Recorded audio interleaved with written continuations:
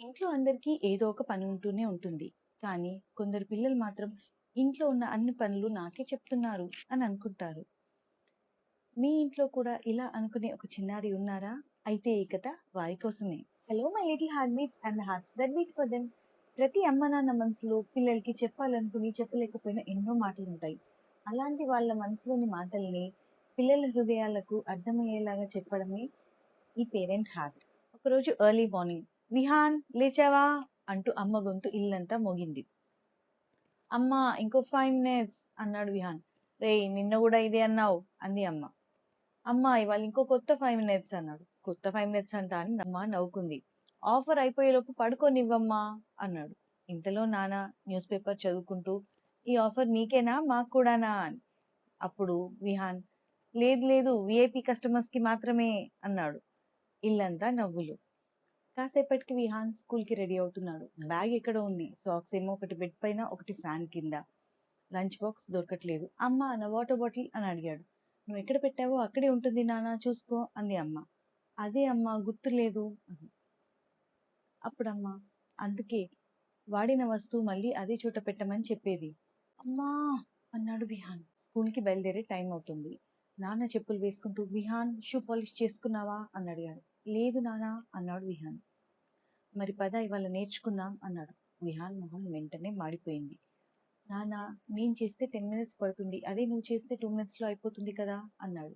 అప్పుడు నాన్న అదే నాన్న ఇవాళ 10 minutes పడుతుండొచ్చు, రేపు 5 minutes పడుతుంది, ఎల్లుండికి 2 minutes పడుతుంది అన్నాడు. అబ్బా నాన్న ఇంకా మ్యాథ్స్ కూడా నా ఇందులో అంటూ బయలుదేరిపోయాడు స్కూల్కి. విహాన్ సాయంత్రం ఇంటికి వచ్చాడు. బ్యాగ్ ధడామని సోఫాలో పడేశాడు. షూస్ ఏమో అటొకటి ఇటొకటి విసిరేశాడు. అమ్మ ఆకలేస్తోంది అన్నాడు. ముందు చేతులు కడుక్కో అంది అమ్మ. అమ్మ నువ్వే తినిపించొచ్చు కదా అన్నాడు. అప్పుడమ్మ నువ్వేమన్నా ఎల్కేజీ పిల్లాడివా అంది. అప్ప ప్లీజ్ అమ్మా ఇవాళ ఒక్కరోజు మాత్రమే అన్నాడు. నిన్ను కూడా ఇదే మాట అన్నావు అంది వాళ్ళ మమ్మీ. విహాన్ లోపల నవ్వుకున్నాడు. ఎలాగోలా వాళ్ళ అమ్మే తినిపించేసింది. తినడం అయిపోయాక లేచి వెళ్ళిపోతున్నాడు విహాన్. అప్పుడమ్మ ప్లేట్ ఇచ్చి ఇది కిచెన్లో పెట్టునానా అంది. అబ్బా అమ్మ నువ్వే పెట్టొచ్చు కదా అన్నాడు విహాన్. పెట్టచ్చు అంది అమ్మ. మరి అయితే అని అడిగాడు విహాన్. నువ్వు కూడా పెట్టగలవు కదా నాన్న అంటూ ఇచ్చింది. విహాన్ నిశ్శబ్దంగా ప్లేట్ తీసుకుని వెళ్ళాడు. విహాన్ సైలెంట్గా ప్లేట్ తీసుకెళ్ళాడు, కానీ మొహం మాత్రం మహా చిరాగ్గా పెట్టాడు. సాయంత్రం హోంవర్క్ అయిపోయింది. హాయిగా టీవీ చూస్తున్నాడు. ఇంతలో నాన్న ఆఫీస్ నుంచి వచ్చాడు. విహాన్ రేపటి కోసం స్కూల్ బ్యాగ్ చదువుకున్నావా అని అడిగాడు. లేదు నాన్న పొద్దున్న చూసుకుంటాలే అన్నాడు. లేదు నాన్న పొద్దున్న హడావిడిలో ఉంటావు, ఇప్పుడే చూసుకొని పెట్టుకో, అన్ని సదురుకొని పెట్టుకో, ఏమైనా హోంవర్క్స్ కానీ పెన్స్ కానీ మర్చిపోతావు కదా, ఇప్పుడే సదురుకొని పెట్టుకో అన్నాడు నాన్న. ఎందుకు నాన్న అన్ని పనులు నాకే చెప్తారు? వాటర్ తినమంటారు, ప్లేట్ తీయమంటారు, బ్యాగ్ చదువుకోమంటారు, షూ పాలిష్ చేసుకోమంటారు, అన్ని పనులు నాకే ఎందుకు చెప్తారు అని అన్నాడు. అమ్మ నిశ్శబ్దంగా చూసింది. నాన్న మొహంలో ఒక చిన్న చిరునవ్వు కనిపించింది. కానీ ఆ చిరునవ్వు వెనుక ఒక ఆలోచన దాగుంది. అదే టైంలో చెల్లి సిరి అన్నయ్య అని పిలిచింది. ఏంటి అని అడిగాడు. నాన్న నీకు చాలా పనులు చెప్తుంటారు కదా అంటే అవును అన్నాడు. మరి నాకెందుకు చెప్పరు అని అడిగింది. నువ్వు చిన్నదానివి కదా అన్నాడు నాడు విహాన్. మరి నేను పెద్దగా ఎప్పుడైతాను అన్నయ్య అనంది. అప్పుడు విహాన్ బహుశా నీకు అన్ని పనులు చెప్పినప్పుడు నువ్వు పెద్దగా ఉంటావు అన్నాడు విహాన్. ఇద్దరూ నవ్వుకున్నారు. ఆ రోజు రాత్రి విహాన్ పడుకున్నాడు. కానీ నిద్ర మాత్రం పట్టట్లేదు. మనసు నిండా ఒకే ఆలోచన. మా ఫ్రెండ్స్ అందరి ఇళ్లలో వాళ్ళ అమ్మలే అన్నీ చేస్తూ ఉంటారు, కానీ మా ఇంట్లో మాత్రం అన్నీ నాకే చెప్తారు, ఎందుకిలా అని ఆలోచిస్తూ ఉన్నాడు. నెక్స్ట్ డే స్కూల్లో లంచ్ టైం. ఒక ఫ్రెండ్ అన్నాడు, నేను నిన్న గ్లాస్ క్లీన్ చేశాను అన్నాడు. ఇంకో ఫ్రెండ్ అంతలోనే ఏరా నువ్వు మీ ఇంట్లో పనులు కూడా చేస్తావా అని అన్నాడు. అంతలో ఇంకో ఫ్రెండ్ నన్నైతే మా అమ్మ నాన్న ఏమీ చేయనియరు, నువ్వు చదువుకోరా అది చాలు, మిగతా పనులన్నీ మేము చూసుకుంటాం అని అన్నాడు. అంతలో విహాన్ ఆలోచనలో పడ్డాడు. చూసావా అందరిలో వాళ్ళ అమ్మా నాన్నే చేస్తున్నారు, పిల్లలకి ఏమీ పని చెప్పట్లేదు, కానీ మా ఇంట్లో మాత్రమే అన్నీ నాకు చెప్తున్నారు అనే ఆలోచనతోటి అసలు లంచ్ కూడా సరిగ్గా తినలేకపోయాడు. సాయంత్రం విహాన్ ఇంటికి వచ్చేసాడు. అమ్మ బట్టలు మడత పెడుతుంది. నాన్న విహాన్ ఈ టవల్స్ కబోర్డ్లో పెట్టేస్తావా అని అన్నది. విహాన్ ఈ సమాధానం ఇవ్వలేదు. కాసేపు చూసి అమ్మని లేచి వెళ్ళి లోపల పెట్టుకుంది. ఏమీ అనలేదు విహాన్ని. కాసేపయ్యాక నాన్న కూడా ఆఫీస్ నుంచి ఇంటికొచ్చారు. దారిలో కూరగాయల మార్కెట్‌కి వెళ్ళి కూరగాయలు తీసుకొచ్చారు. నాన్న విహాన్ టమాటోస్ ఫ్రిడ్జ్‌లో పెడదాం దా అన్నాడు. విహాన్ ఏమో టీవీ చూస్తూ బిజీలో ఉండిపోయాడు. సమాధానం ఇవ్వలేదు ఈసారి కూడా. అయితే నాన్న సైలెంట్‌గా టమాటోలు తీసి ఫ్రిడ్జ్‌లో పెట్టుకున్నాడు. విహాన్ ఏమీ అనలేదు. విహాన్ ఆశ్చర్యపోయాడు. ఇంత ఈజీగా నన్ను వదిలేసారా అని అనుకున్నాడు. ఆ రోజు రాత్రి డిన్నర్ టైం. అమ్మ అన్నం వడ్డిస్తోంది. చిన్ని సిరి మాత్రం అమ్మ నాకు చాలా ఎక్కువ పెరుగెయ్యి అంది. సరే బంగారం అంటూ అమ్మ నవ్వింది. ఇంతలోనే నాన్నని నాన్న పాపడ్ అంటూ అడిగింది.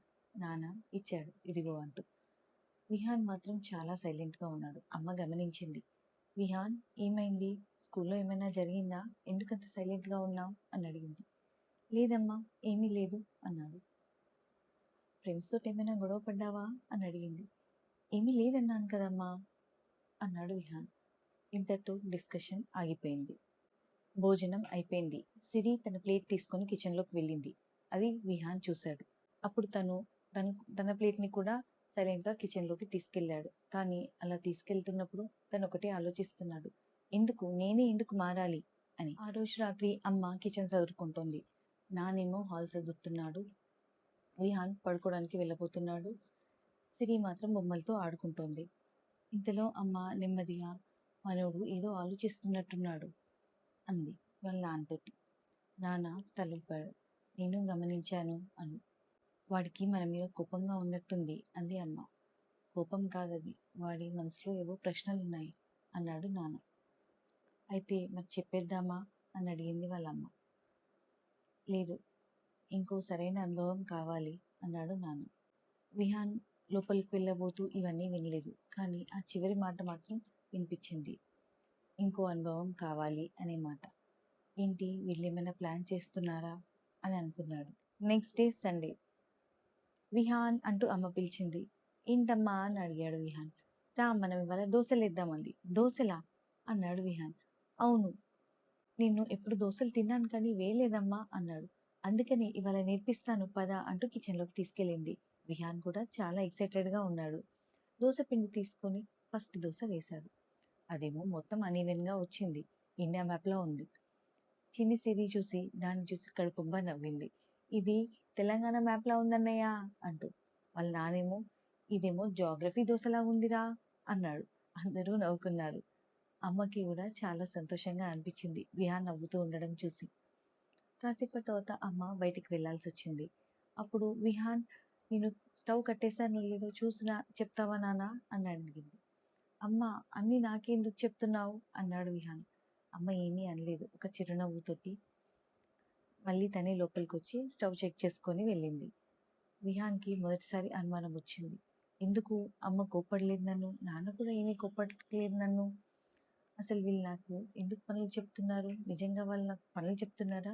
ఇంకేమైనా నేర్పిస్తున్నారా? అని మొదటిసారి అనుమానం వచ్చింది విహాన్‌కి. Next day Monday. మార్నింగ్ అందరూ హడావిడిలో ఉన్నారు. అమ్మేమో టిఫిన్ చేస్తోంది. నాన్నేమో ఆఫీస్‌కి రెడీ అవుతున్నారు. సిరి ఏమో స్కూల్ యూనిఫామ్‌లో అద్దం ముందు వెళ్ళి తన 2 జడలు చూసుకుంటూ ఉంది. విహాన్ మాత్రం నిశ్శబ్దంగా అలా ఉండిపోయాడు. ఇంతలో అమ్మ ఫోన్ మోగింది. అయ్యో! అంటూ అంది. ఏమైంది? అని అడిగాడు నాన్న. పక్కింటి లక్ష్మక్క హాస్పిటల్‌లో చేరిందంట. ఆంటీ నన్ను తోడుగా రమ్మంటోంది అన్నది. అయ్యో! నాకు ఆఫీస్‌లో మీటింగ్ ఉంది. నేను రాలేను అన్నాడు నాన్న. అప్పుడు అమ్మ ఒక్క క్షణం ఆలోచించింది. తర్వాత విహాన్ వైపు చూసి విహాన్ నువ్వు వాళ్ళ చెల్లి బ్యాగ్ సదరు అని చెప్పింది. విహాన్ నేనే ఎందుకు అని చెప్పబోయాడు. కానీ ఆ రోజు చెప్పలేదు. సిరి బ్యాగ్ సదిరాడు. అందులో బుక్స్ పెట్టాడు. లంచ్ బాక్స్ కూడా పెట్టాడు.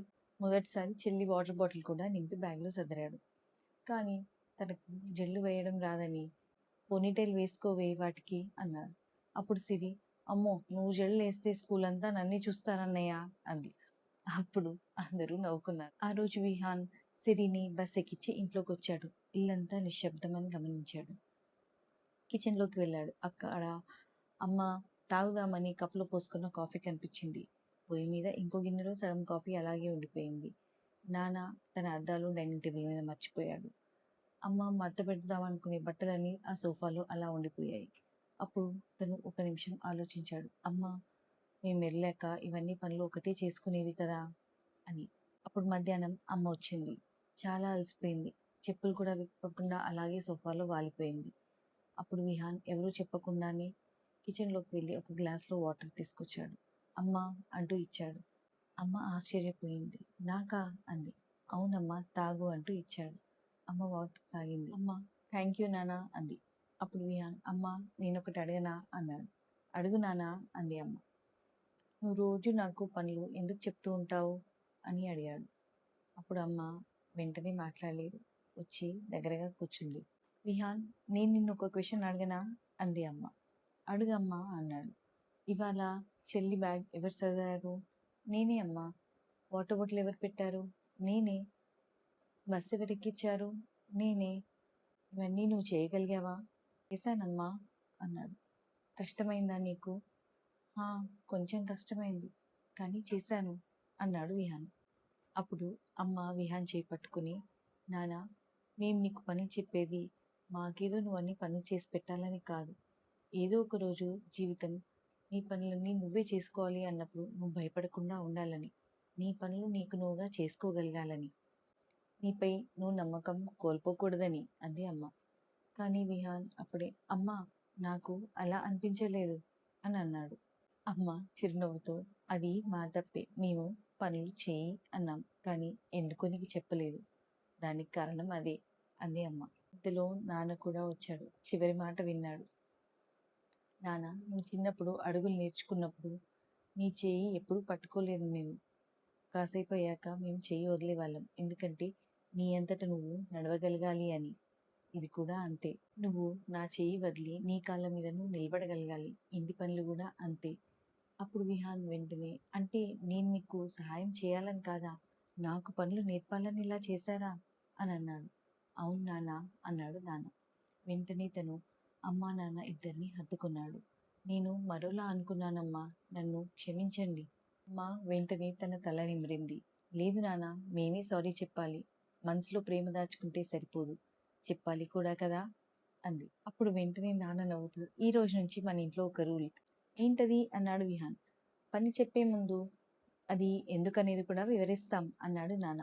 అప్పుడే అమ్మ మరి పని చెప్పగానే నేనే ఎందుకు అనకుండా పూర్తిగా వినాలి అంది. అమ్మా నేను కూడా చేస్తాను అంటూ మన సిరి వచ్చింది. ఆ రోజు నుంచి ఇంట్లో అంతా మారింది. పనులతో పాటు ప్రేమను కూడా చెప్పారు. Today's mama's machine. పేరెంట్స్ ఇవాళ మీరు ఇది ప్రయత్నించి చూడండి. పని చెప్పాక మీరు ఆ పని ఎందుకు చెప్తున్నారో కూడా వివరించండి. పిల్లలు అమ్మా నాన్న ఏమన్నా పని చెప్తే అది ఎందుకో కూడా చెప్పండి అని అడిగేసేయండి. ఒక్కోసారి ఒక్క ఎందుకు అనే ప్రశ్న ఎన్నో అపార్థాలని కరిగిస్తుంది. ఇవాళ రాత్రి మీ పిల్లల్ని ఒక ప్రశ్న అడగండి. మేమేమైనా పని చెప్తే మీ మనసులో ఎలాంటి ఆలోచనలు వస్తాయి అని. జస్ట్ వినండి, ముందే ఏం మాట్లాడకండి. ఎందుకంటే ఒక్కొక్కసారి వినడం కూడా ప్రేమే. ప్రతిరోజు ఒక చిన్న మిషన్, ప్రతి కథలో ఒక కొత్త విలువ, ప్రతి చిన్ని హృదయంలో ఒక పెద్ద మార్పు. రేపటి మన మమాస్ మిషన్లో మళ్ళీ కలుసుకుందాం. బాయ్.